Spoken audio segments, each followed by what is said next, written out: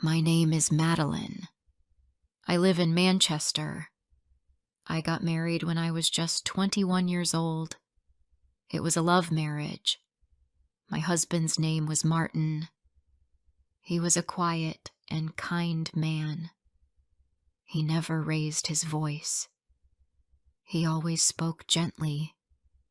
At first, I thought I was lucky, but from the very first day his mother disliked me. Her name was Mrs. Henderson. She didn't hide her feelings. She didn't want me in her house. I tried to win her heart. I woke up early every morning. I cooked for the family. I cleaned every room.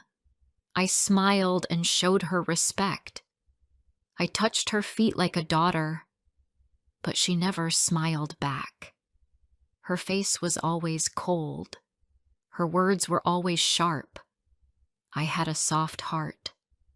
I wanted love, but that house had no love for me. 1 year passed. I got pregnant. I was so happy. I couldn't stop smiling. I started talking to my baby every night. I imagined little hands, little feet, and a sweet laugh. I dreamed of becoming a mother. I held my belly gently and whispered goodnight. But everything changed one morning. I felt a strange pain in my stomach. It was sudden. It was strong. I fell on the floor and screamed. Martin rushed me to the hospital. I cried and prayed. I held my belly and said, "Please God, save my baby." The pain was terrible, but the silence afterward was worse. After some time, the doctor came out. His face was serious. He looked at me and said, "I'm sorry. Your baby did not survive." My world broke. My heart stopped. I couldn't speak. I couldn't move. I just stared at the wall. I lost my baby. I lost my dream. After that, I was not the same. My body felt weak, but my heart hurt even more. I stayed in my room most days. I didn't talk to anyone. I didn't eat much. I just cried. My mother-in-law stood outside my door. She spoke loud enough for the whole house to hear. "She is bad luck," she said. "She brought death into our family." Her words were like knives. I waited for someone to hold me. I waited for Martin to say it was not my fault. But no one came. Martin stopped asking how I felt. He stopped sitting beside me. He just walked past like I was not there. I was breaking, and he didn't care. One night, Martin came into the room. I thought he would hug me. I thought he would say something kind, but instead he looked at me and said, "Maybe you are not meant to be a mother." I stared at him. My heart broke again, this time into smaller pieces. I cried all night. I held my pillow and asked God, "Why me?" The house felt darker. The air felt heavy. Every sound made me feel worse. Days passed. I visited doctors. I took all the medicines they gave me. I prayed every single night. I hoped. I begged. But nothing changed. I did not get pregnant again. Then one evening, Something terrible happened.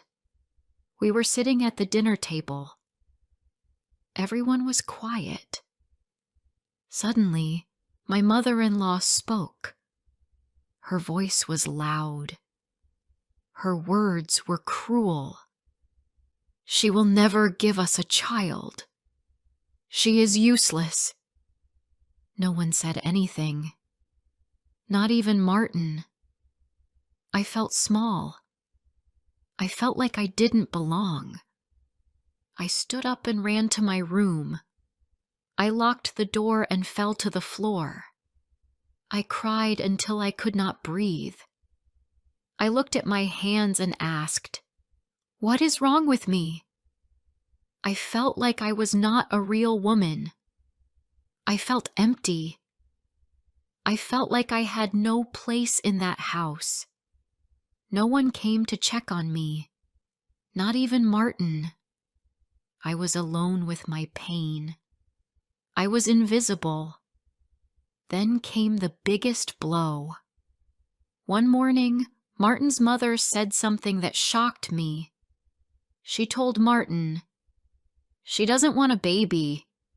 She is seeing someone else." It was a lie. A big, cruel lie. But Martin believed her. He looked at me with cold eyes. He didn't ask me anything.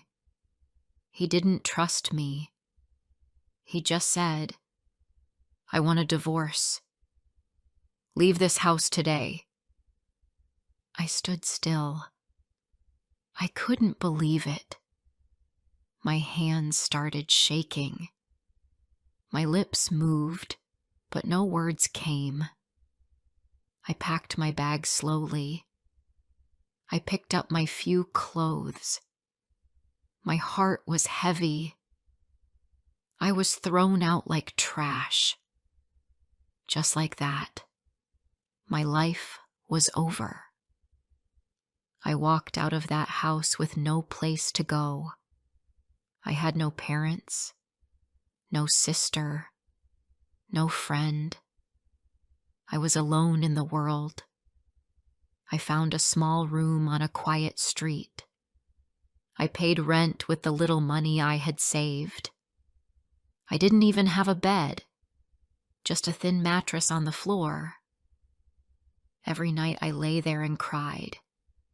I asked God, what did I do wrong? I needed food. I needed work. I found a small book cafe nearby. They needed help. I said yes. I arranged books. I cleaned the counter. I served tea. I smiled at people. But inside, I was broken. Then one afternoon, something happened. A man walked into the cafe. He looked calm. He had kind eyes. He asked for a cup of tea and a book about birthdays. I gave him the book. He saw my eyes. They were red from crying. He asked, "Are you okay?" I tried to answer, but I couldn't speak. My tears came first. I looked away and shook my head. He didn't say anything else. He just gave me a soft smile and left. But the next day, he came again. Before I share the rest of my story, I need to know, where are you listening from? Knowing someone hears me, understands me, gives me strength. The next day, the same man came back. He walked in with a quiet smile. He ordered tea again and asked for a new book. I gave him one. He said thank you and sat at the back table. He didn't talk much, but he looked around like he enjoyed the place. When he left, he waved at me. It was a small wave, but it felt warm. I didn't know why, but I smiled back. He started coming every day, always at the same time, always the same seat. He would read for an hour and drink his tea. Some days he brought a small pastry. Some days he brought a book from home. He never asked many questions, but he always smiled kindly. One day, I asked his name. "James," he said. "And you?" "Madeline," I answered. We both smiled. From that day, we talked a little more.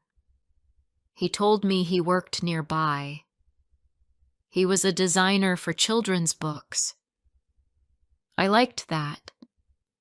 He said he loved stories. He said stories helped people heal. His voice was soft and slow. When he talked, I listened. And for the first time in a long time, I felt safe. James never asked about my past. He didn't try to fix me. He just made me feel like I mattered. Some days we talked about books. Some days we sat in silence. But it was a good silence. A peaceful one. I began to wait for 4 p.m. every day. That was when he came. Weeks passed. I laughed again. I smiled more. I started sleeping better. I even started eating a little more. James noticed. "You look better," he said one day. I nodded. I still cried sometimes, but the tears were not so heavy now. They didn't break me. They just washed me gently. I didn't tell him about Martin, or the baby, or the pain. I wasn't ready, but something in my heart told me James would understand when I was ready. One rainy evening, I forgot my umbrella at the cafe. I was closing the shop, and the streets were wet. James was still inside. "Let me walk you home," he said. I started to say no, but I saw his gentle eyes. I said yes. We walked slowly under his umbrella. The rain was soft. I told him where I lived, just 5 streets away. We didn't talk much, just walked, just shared the same umbrella. At my door, he stopped. "Good night, Madeline," he said. "Good night, James," I whispered. My heart felt warm. After that, we got closer. James came on Sundays, too. Sometimes he helped me carry boxes. Sometimes he brought flowers for the cafe. Once he brought a book for me.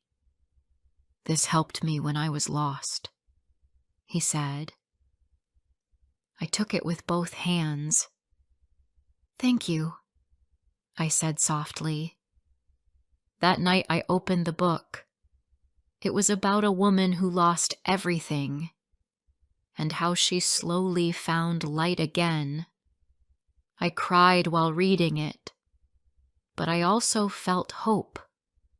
After 6 months, I told him the truth. I told him everything. About my marriage, about the baby, about the pain.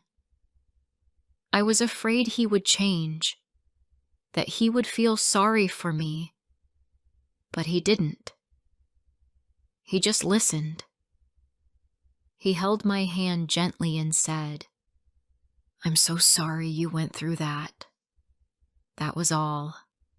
No judgment, no advice, just kindness. Time passed. James became my closest friend. We had dinner sometimes. We went to the park. Once we saw a little boy feeding birds. I smiled. James looked at me. "You want a child someday?" he asked. I didn't answer. I just looked at the boy and nodded. James didn't push. He just said, "You'd be a wonderful mother." One evening, James came to the cafe early. He was quiet. He looked nervous. I asked if he was okay. He smiled. "Madeline," he said, "I've known you for a year now. You are strong. You are kind. I know you've been hurt. But if you let me, I want to be your future." My heart beat fast. I looked at him. He was not perfect, but he was good. He had seen my pain and stayed. He had walked beside me every day. I smiled through my tears. "Yes," I whispered. "Yes, James." 2 months later, we got married. It was a small wedding, just close friends. No big dress, no big hall. But it was full of love. I wore a white dress. James wore a soft gray suit. We held hands and said simple vows. After the wedding, we came home to our little flat. We ate cake. We laughed. We danced in the kitchen. I was happy. For the first time in years, I was truly happy. Then something happened. I started to feel sick in the mornings. I felt tired all the time. James smiled and said, "Maybe it's the tea at the cafe." But I knew. Deep inside, I knew. I went to the doctor. They did some tests. When the doctor returned, she smiled. "Congratulations," she said. "You're going to be a mother." I covered my face with my hands and cried, but these were happy tears, bright tears, warm tears. I couldn't believe it. After everything, I was pregnant again. I walked home slowly. I opened the door and saw James in the kitchen. He was cooking dinner. He turned and smiled. I walked to him and held his hands. "I'm pregnant," I said softly. His eyes widened. He dropped the spoon. He hugged me tight. He didn't speak. He just held me like I was the most precious thing in the world. The months passed. I saw the doctor often. James came to every appointment. He never let me go alone. He held my hand during the scans. He kissed my forehead after every checkup. He painted the baby's room. He read books about parenting. He whispered to my belly every night. "We love you, little one," he said. "We can't wait to meet you." Then the day came. The pain started early in the morning. James was calm. He held my hand and took me to the hospital. The pain grew stronger. I cried. I screamed. But James stayed. "You can do this," he said again and again. And then I heard it. A baby's cry.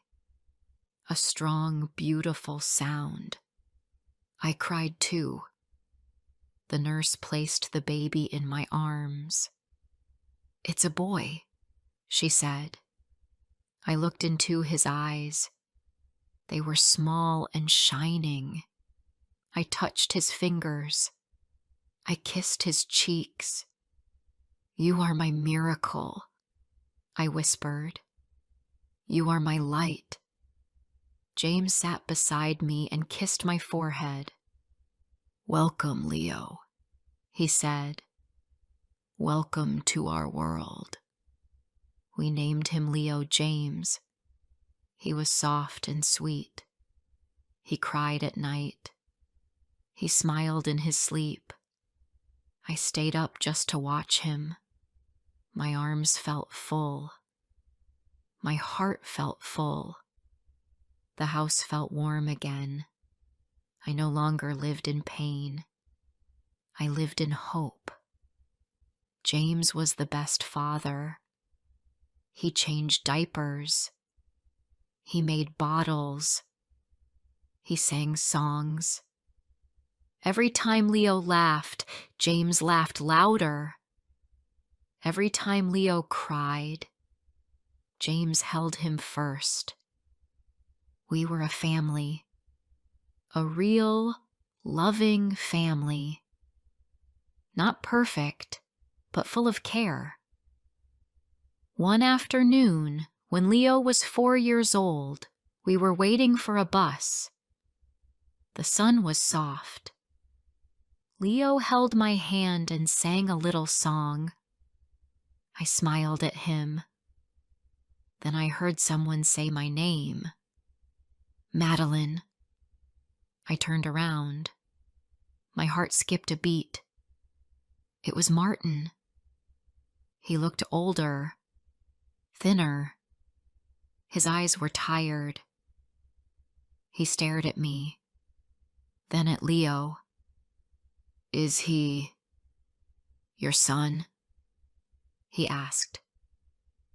I nodded. "Yes," I said. "He's my son." Martin looked like he wanted to say more, but he didn't. He just looked down. "You look happy," he said.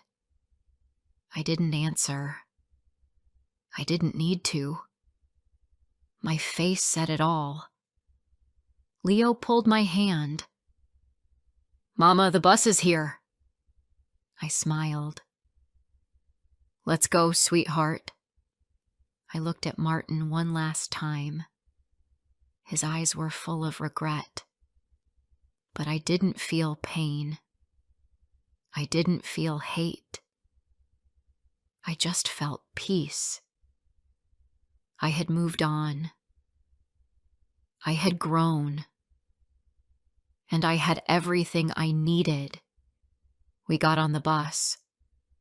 Leo sat by the window and looked outside. I sat beside him and looked at his little face. His eyes were full of joy. His world was full of songs, stories, and hugs. He had no idea who that man was. And I didn't tell him. He didn't need to know. Some truths are too heavy for small hearts, and some stories are better left behind. When we got home that day, I sat down and thought about everything, all the years, all the pain, all the tears. I thought about the cold house where I once lived. I remembered the words that broke me, the nights I cried alone, the mornings I didn't want to wake up.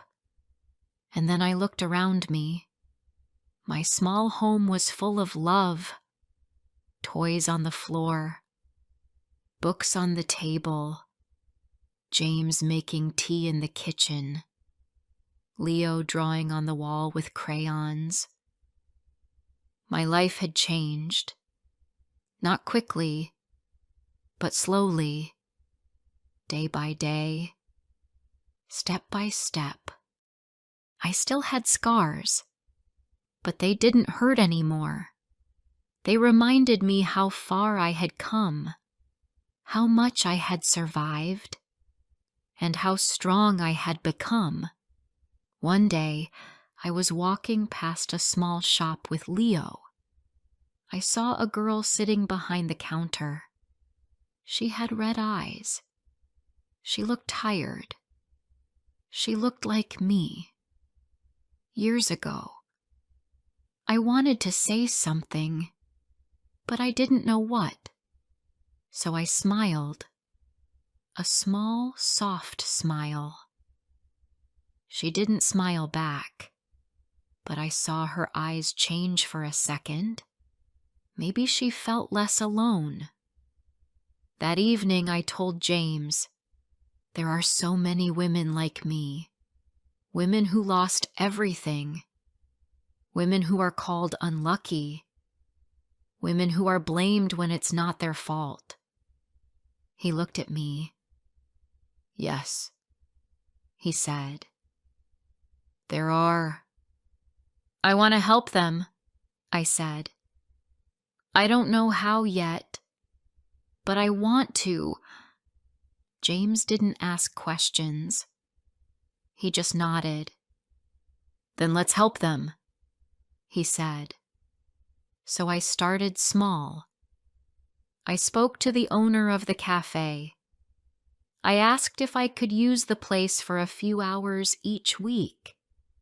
She said yes. On Saturday mornings, I placed a small sign outside. You are not alone. Come in. Sit. Talk. No judgment. Just tea and peace. The first week, no one came. I sat alone with 2 cups of tea and some biscuits. But the second week, one woman walked in. She sat across from me. She didn't speak. She just cried. I held her hand. She cried for a long time. Then she whispered, "Thank you." That was enough.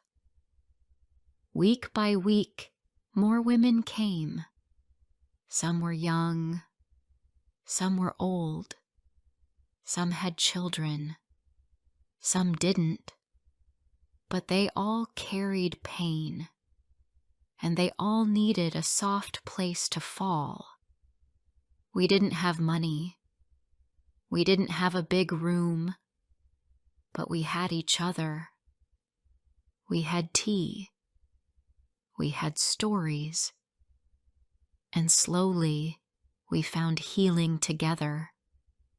We called it the second cup, because everyone deserves another chance, another beginning, another cup of warmth in life. Years passed. Leo grew tall. His hair got longer. His smile stayed the same. He asked questions, big questions. Mama, why do you help so many people? I smiled. Because once, someone helped me, I said. Because once, I was very sad, and I didn't want to be anymore. James built shelves in the cafe. We placed books written by women, poems, letters, stories. One day, I found Leo reading one. He looked at me and said, "You're in here." I laughed. "Maybe," I said. I never heard from Martin again. And that was okay. He was a part of my past. A chapter I had closed. I didn't hate him anymore. I didn't wish bad things for him. I just wished peace. For him. For me. For all broken hearts. One morning, I got a letter. It was from a woman named Eliza. She had visited our cafe 6 months ago. She had lost her baby and was blamed by her family. She felt like her life had ended. But in her letter, she wrote, "Because of you, I didn't give up. I didn't believe I was broken. I believed I was just waiting to heal. Thank you, Madeline. You didn't save me. You helped me save myself." I cried as I read it. Not sad tears, but deep, quiet tears of joy. I kept that letter in my drawer. I read it every time I felt tired, every time I felt small, every time I needed to remember why I started. One day, a young girl came in. She looked nervous. She held her bag tight and sat down. I gave her tea. I asked no questions. She said, "My name is Abigail." I felt my heart pause. The name, so familiar, so close to my past. She looked at me and whispered, "I lost my baby, and my husband left me. They all said it was my fault." I reached across the table. I touched her hand and said, "It was never your fault, and you are not alone." She looked at me. "How do you know?" I smiled. "Because your story was once my story." That's when I realized my pain had a purpose. My tears had meaning. My past wasn't just sorrow. It was a bridge from one broken woman to another. Now I live in Leeds. I still work at the book cafe. I still run the Second Cup. I still pour tea every Saturday. I still listen. I still hug. And I still believe. I believe in healing. I believe in second chances. I believe in women. I believe in miracles. I was called unlucky, but now I am blessed. I was called useless, but now I lead others to hope. I was called broken, but now I build. I am a mother. I am a wife. I am a woman of strength. And if you are reading this, if your heart is hurting, please remember this. You are not alone. You are not weak.